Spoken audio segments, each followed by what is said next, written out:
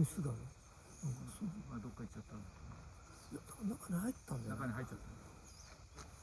で、またオスが出てきて、何やってんだかな。すぐダメになっちゃったのかな。そうなんですよね。だから、この間から、なんかしてる場合、おかしいね。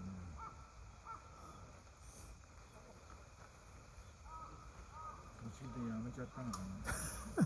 体力がもうね、卵が割れないから、全部無精卵だって。